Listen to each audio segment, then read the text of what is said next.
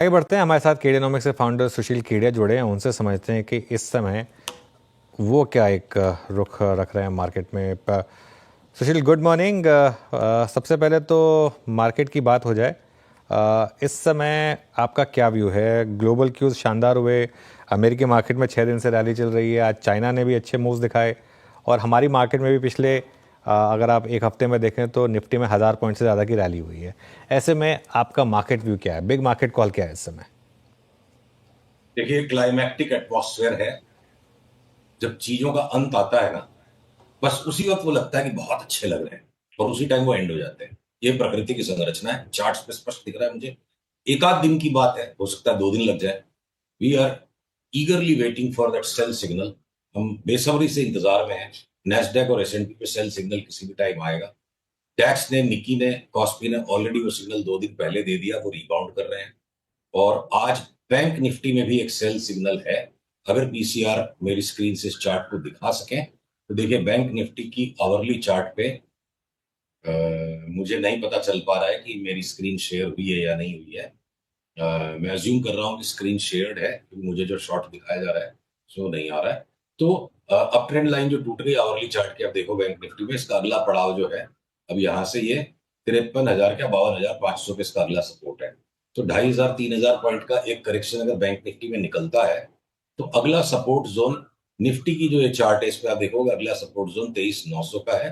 पर निफ्टी के अंदर में वो सेल सिग्नल हम कंफर्म करेंगे जब ये 24,850 के नीचे बंद दे दे। ओके। अच्छा, एक स्पेस जहां सबसे ज़्यादा मोमेंटम है वो है आपका एक्सचेंज स्टॉक्स, बीएसई, मतलब वो तो लिस्टेड तो एक ही है। C D S L, Angel One, यहाँ भी अच्छे मोमेंटम हो रहे हैं। इस स्पेस में क्या कॉल है? कैपिटल मार्केट रिलेटेड देखिए, अगर आप एक सेक्टर पकड़ लो, इसमें 4 तरह के स्टॉक्स हैं। एएमसी, ब्रोकरेजेस, एक एक्सचेंज का स्टॉक है और एक डिपॉजिटरी है।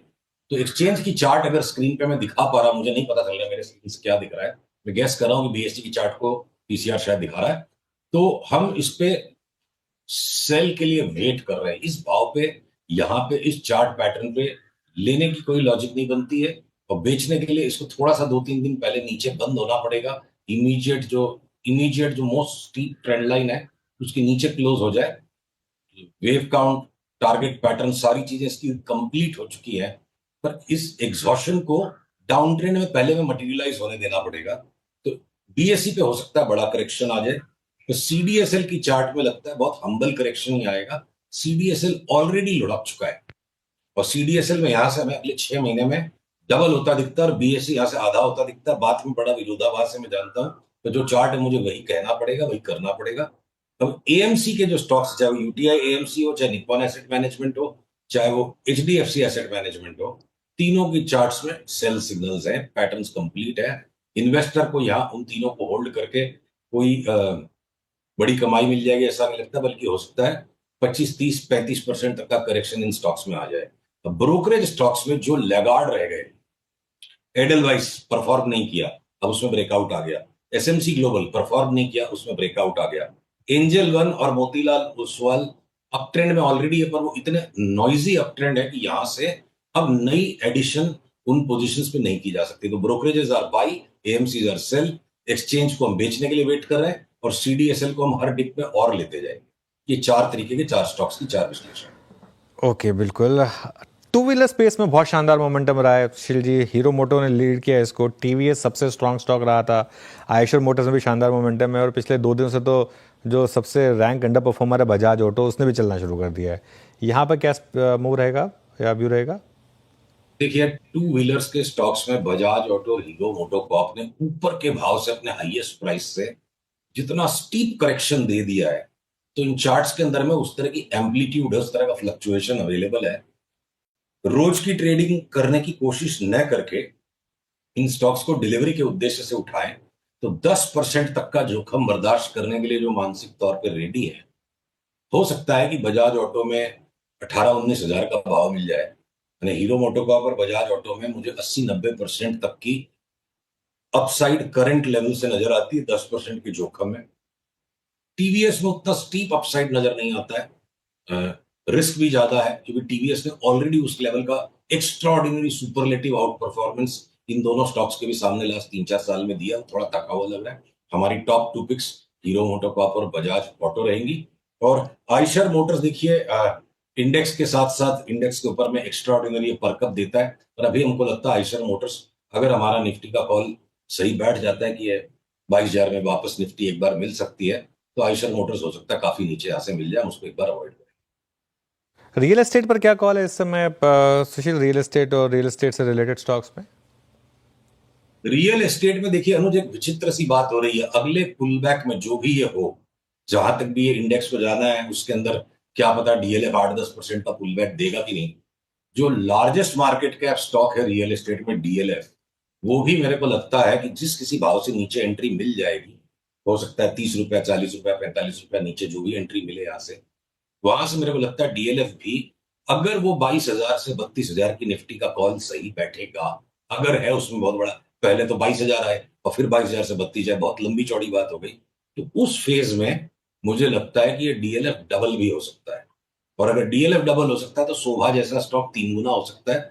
बॉम्बे डाइंग जैसा थका आ रहा स्टॉक भी, जो एक एक एक कैजुअल रियल एस्टेट स्टॉक है, कोई रियल एस्टेट उसका बिजनेस नहीं है, इंसिडेंटली रियल एस्टेट स्टॉक है, तो बॉम्बे डाइंग भी मेरे को लगता है अगर डबल हो जाए तो रियल एस्टेट के स्टॉक्स की प्राइसिंग में निफ्टी का जो नेक्स्ट लेग, बुलिश लेग आएगा, उसमें एक फाइनल बड़ा अपसर्ज रियल एस्टेट के सारे स्टॉक्स में पेंडिंग लगता है।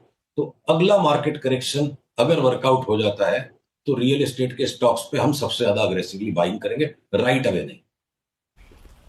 ओके, ये रियल एस्टेट पे सुशील जी आपका व्यू है।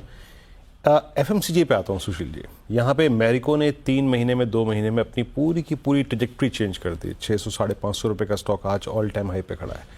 एफएमसीजी में आपकी रीडिंग क्या कह रही है इस वक्त? कुछ है लेने लायक इस वक्त एफएमसीजी में? तो देखिए, मैरिको के ऊपर अपनी जब बात हुई थी मार्च के महीने में 580-90 में, ये 740-50 हो जाएगा, वो आ गया।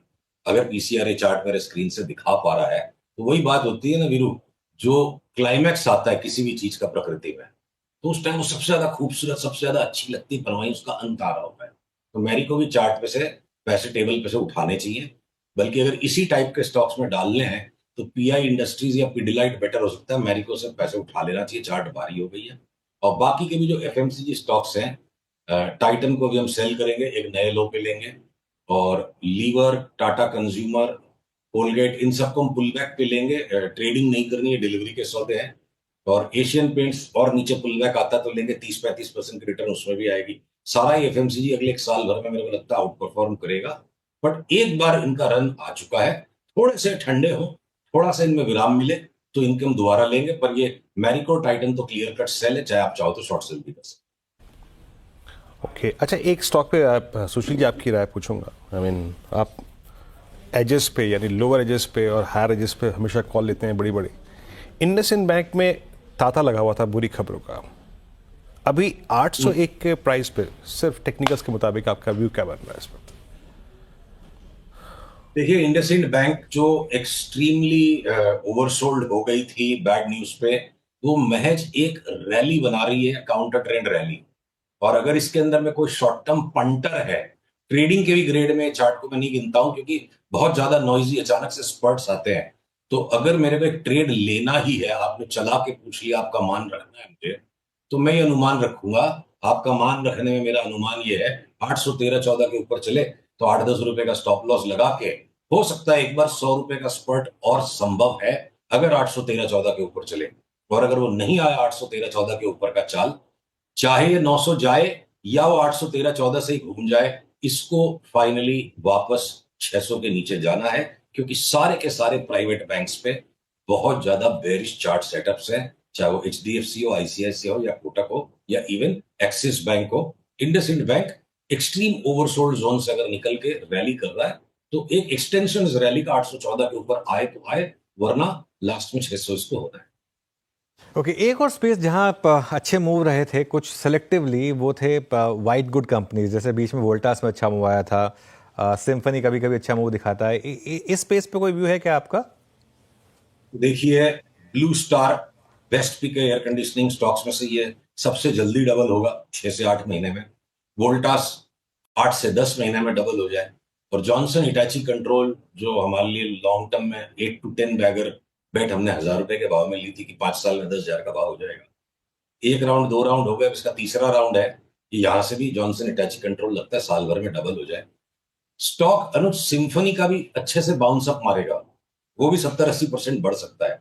उसकी चार्ट इतनी एरेटिक है, जैगेड है कि जिस मजे के साथ एक चार्टिस्ट को काम करने के लिए जो बिल्कुल तरल लिक्विड चिकनाई वाली चार्ट चाहिए वैसी नहीं है, बड़ी रफ चार्ट है, इसलिए मैं उसको अवॉइड करूंगा।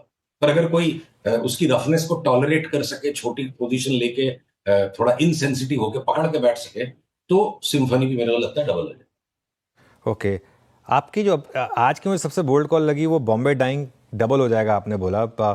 इसमें अगर कोई ले रहा है स्टॉक एक बार लेकर आइए बॉम्बे डाइंग का, ये भी जैसा सुशील जी ने बोला अब एक्चुअली एक रियल एस्टेट कंपनी की तरह देखी जाती है, तो इसमें स्टॉप लॉस क्या रखेंगे आप? अनुज अभी तो इसका सौदा ही नहीं है तो मैं स्टॉप लॉस कैसे बताऊं? अगले डिप में हम इनको लेंगे, ठीक है ना।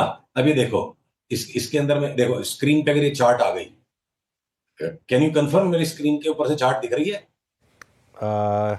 चलिए, हाँ दिख गई। तो देखिए बॉम्बे डाइंग के इस वीकली चार्ट पे जो ब्रेकआउट आ गया, अब देखो मैं बोलूं 118 रुपए का स्टॉप लॉस रख लो, कहा तो मैं बिल्कुल 99% कॉन्फिडेंस इंटरवल में 118 रुपए हो गया। पर 148 के स्टॉक में 118 बहुत ज्यादा वाहियात किस्म का स्टॉप लॉस हो जाएगा। अब अगर मैं इसको डेली व्यू पे लेता हूं और 3-4 दिन में इतना बढ़ चुका है कि देखते हैं 2-4-5 दिन में कहां तक ये पुल बैक देता है, कहां मेरी एंट्री 137 में बनेगी, 135 में बनेगी। तो बाल की खाल अगर नोचना जरूरी नहीं हो और मुझे मोटा कॉल लेके आप निकलने दो कि 120 की मंदी नहीं लगती है, 250 का भाव इसका हो जाएगा, 250 क्या 250 भी हो जाएगा, तो उस तरीके से इसमें काम कर पाए वो बहुत टाइट स्टॉप लॉस और बहुत बड़ी पोजीशन, तो फिर इन्वेस्टमेंट कब करेंगे? हर चीज अगर ट्रेडिंग ही करनी है, चार्ट्स का अब्यूज नहीं करना चाहता मैं, ये निफ्टी की तरह स्टॉप लॉस बॉम्बे डाइंग में लगाएंगे तो सौदा 100%। ओके, तो चलिए ये इस समय big bold call Bombay Dyeing पर पोटेंशियल डबलर।